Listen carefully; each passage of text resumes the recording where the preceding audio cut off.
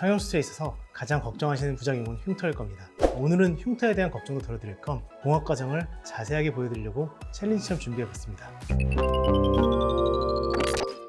안녕하세요, 대리성형외과 타구입니다. 갑자기 웬 장갑이냐고요? 사실 성형수술에 있어서 가장 걱정하시는 부작용은 흉터일 겁니다. 제가 이제 많이 하는 눈, 절개, 쌍꺼풀, 하안검, 안면과상, 미니과상, 이마과상 축소, 이마 축소 등의 수술에 주로 이제 절개가 들어가서 촘촘한 봉합을 하게 되는데요. 자, 오늘은 흉터에 대한 걱정도 덜어드릴 겸 봉합 과정을 자세하게 보여드리려고 챌린지처럼 준비해봤습니다.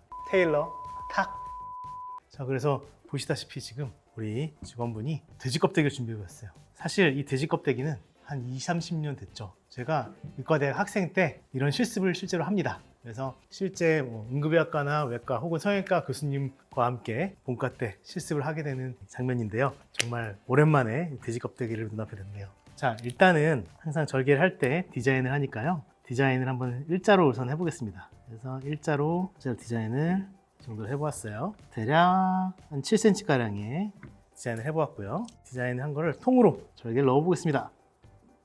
쭉 절개를 넣어서 이렇게 밑에 바닥에 수술포가 나오게끔 절개를 해보았어요. 자, 이 상태가 이제 절개된 상태라고 볼 수가 있겠고, 실제로 성형외과 수술에서는 이렇게 긴 직선의 절개를 하진 않습니다. 그래서 가급적이면 절개를 이렇게 둥그런 모양으로 여러 개 나눠서 하거나 혹은 이렇게 W자 모양으로 하게 돼서 흉터를 최대한 분절시키려고 노력을 하는데요. 그 이유는 하나의 흉터가 쫙 길게 나 있게 되면은 구축 현상이라서 흉터가 이렇게 쪼그라드는 현상이 잘 발생하기 때문에 항상 흉터를 분절시키기 위해서 이마 축소할 때도 약간 이렇게 둥그런 모양의 절개를 하게 되고, 안면과상 할 때도 좀 이렇게 귀 연골이라든가 헤어라인 따라서 이렇게 분절된 절개를 하게 됩니다. 자, 우선은 이렇게 통으로 전체 층이 절개가 되어 있고요. 여기서 실을 우선은 뭘 쓸 거냐면, 우리가 성형외과 봉합 방법과 다른 이제 일반적인 응급의학과나 이런 외과 분야의 봉합 방법 중에서 가장 다르게 생각하는 것이, 저희가 생각했을 때는 이 피하 봉합입니다. 이 피하층이라 그래서 바깥의 피부층 말고 피부 아래쪽의 단면층을 정확하게 맞닿게 꼬매주는 것이 사실 흉터가 가장 안 남게 꼬매는 방법이긴 한데요. 한번 보여드릴게요. 이렇게 피하층에 꼬맬 때는 이 부분은 속에 들어가 있는 부분이기 때문에 녹지 않는 실을 쓰면 안 되고요. 이렇게 녹는 실 쓰게 됩니다. 지금 보여주신 실은 이마 축소나 이마거상 이럴 때 많이 쓰게 되는 녹는 실 중에 PDS 4번이라는 실입니다. 자, 여기서 보시면, 자, 여기서 아래층에서 통과시켜서 이 바로 피부 밑에 층으로 바늘이 나오게 되고요. 반대쪽도 마찬가지로 피부 바로 아래층을 통과시켜서 아예 밑에 층까지 뚫고 나오게 됩니다. 이렇게 해서 봉합을 해주게 되면 이렇게 벌써 바깥에 피부 봉합을 하지 않았는데도 흉터가 모여 있는 것을 볼 수가 있어요. 여기서 중요한 포인트가 또 이 흉터가 모이면서 살짝 외반이라고 하는데요. 네, 이렇게 흉터가 모이면서 살짝 조직이 보시면 위로 솟아있는 것을 볼 수가 있습니다. 이것 또한 중요한 포인트인데요. 이게 이렇게 외반이 살짝 돼 있어야지 나중에 흉터가 수축이 되면서 들어가기 때문에, 처음부터 평평한 흉터가 있으면 그 부분 나중에 살짝 꺼지게 됩니다. 그래서 이렇게 피하 진피층, 그 다음에 이제 피하 지방층 봉합만으로도 살짝 외반이 되게, 그리고 일자로 쫙 모이게끔 봉합을 해주는 것이 키포인트라고 할 수가 있겠어요. 그리고 사실 이 봉합 하나에도 사실 정말 다년간의 노하우와 개인적 그리고 여러 가지 수술 스킬이 들어가 있는 건데요. 자, 여기서 이제 제가 잡는 법을 한번 보여드릴 겁니다. 사실 이제 성형외과 선생님들이 이제 이런 걸 잘 하시는 분들도 있고, 성형외과 선생님들 중에서도 손이 조금 안 좋으신 분들도 있어서 이거를 이제 완벽하게 다 하시는 분들도 있고 없는 분들도 있는데, 자, 이걸 니들 홀더라고 그러는데요. 바늘을 잡는 데서 니들 홀더라고 그러는데, 니들 홀더를 잡을 때 우리가 크게 이제 손가락을 넣어서 이렇게 잡는 핑거 그립이 있고요. 그 다음에 손바닥으로 잡는 세나 그립이라고 하는데 손바닥 그립이 있습니다. 그래서 이 손바닥 그립과 이 핑거 그립을 자세히 보시면, 좀 이따 보시면 제가 한 손으로 계속 왔다 갔다 하면서 수술하게 돼요. 자, 이게 왜 중요하냐면요. 자, 처음에 들어갈 때는 상당히 각도가 눕혀져서 90도로 들어가야 되기 때문에 핑거 그립을 하고서는 뜨게 되면은 이게 사실 각도 조절이 좀 힘듭니다. 그래서 이때는 손바닥 그립을 잡고 90도로 들어가 주면은 쉽게 들어갈 수가 있고요.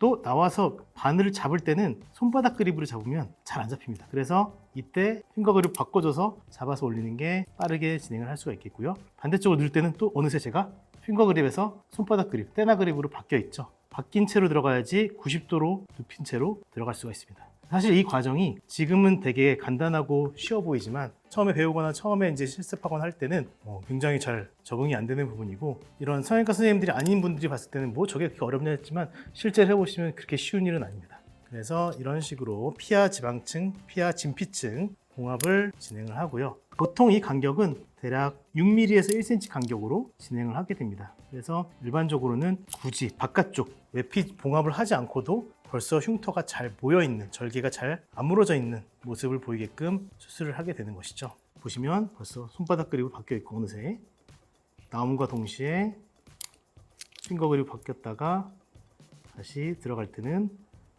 손바닥 그립을 바꾸고 나올 때는 손가락 그립으로 바뀌어 있습니다.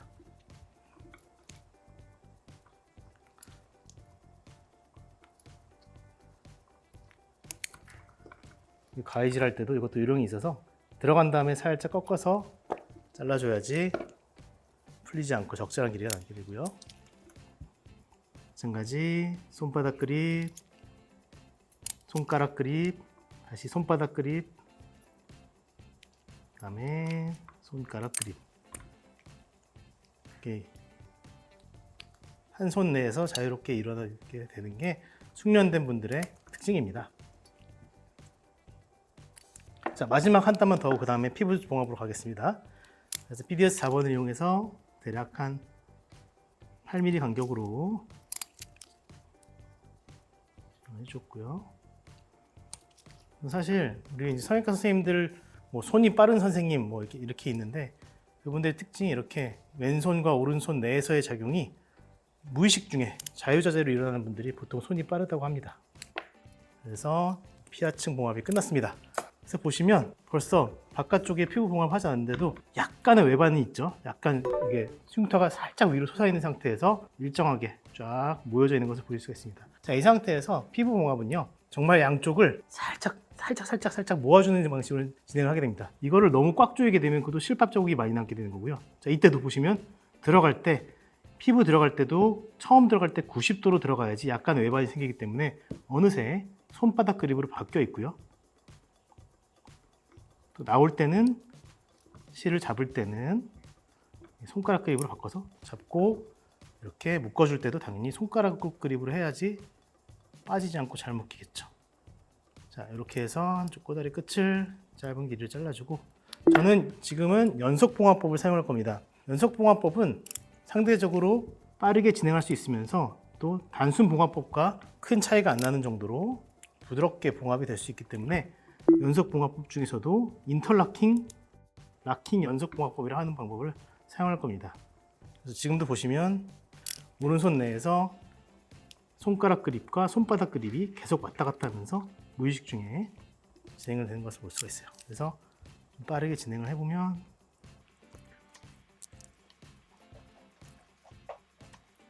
오랜만에 돼지 껍데기를 하니까 좀 익숙지가 않아서, 원래는 어시스트도 있고 그다음에 실제 조직으로 했을 때는 조금 더 숙련된 모습을 할 수 있겠는데요, 조금 어색합니다 지금. 그래서 들어갈 때는 90도 정도로 세워서 들어갔다가 나올 때도 90도로 세워서 나와야지 상처가 약간 외반이 된 채로 봉합을 할 수가 있게 됩니다.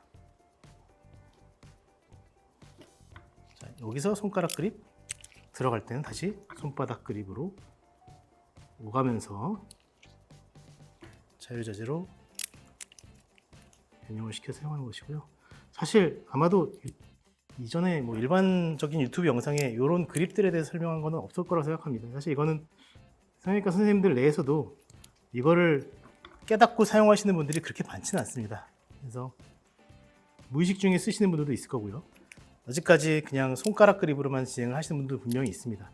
손가락 그립으로만 사용하게 되면 상당히 수술이 늦어지게 되고, 뭔가 이 불편함, 이게 들어갈 때 이렇게 손을 꺾어서 들어가야 되기 때문에 상당히 불편하죠. 그래서 그립 자체를 계속 오가면서, 우리 학생 때 연필 돌리기 많이 하잖아요. 그런 것들 많이 해놓는 것도 이렇게 손재주가 좋아지는 데는 도움이 되는 것 같습니다. 개인적으로 연필 돌리기를 굉장히 많이 했었습니다. 그래서 봉합을 마무리하게 되고요. 그래서 7cm 정도의 절개를 봉합을 하게 되는데, 지금 대략 한 5분 정도 소요가 됐나요? 그래서 이렇게 정확하고 빠르게 봉합을 할 수가 있고요.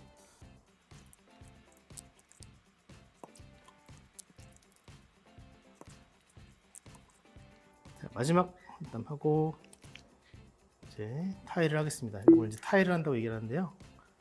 타일을 부드럽게 너무 쪼여지지 않게 하게 됩니다. 그다음에 가위로 대략 5mm 정도 남겨놓고 자르게 됩니다. 자, 이렇게 해서 피하 봉합과 피부 봉합 두 가지가 다 진행이 되는데요. 자세히 보시면 살짝 조직들이 위로 외반이 되어 있는 걸 볼 수가 있습니다. 이렇게 해놔야지 나중에 한두 달 정도 시간을 거치면서 살짝 흉터 조직이 수축이 되기 때문에 이렇게 평평하게 붙게 되는 것을 아실 수가 있습니다. 자, 그래서 봉합이 완료된 모습이고요. 약간 디자인 핀이 묻어 있어서 그렇지 디자인 핀 없으면 아주 깔끔하게 되어 있을 거고, 실제 이 수술이 사용된 이 봉합법이 사용된 예시를 영상으로 한번 준비해 보겠습니다. 좀 참조해 주시면 좋겠고요.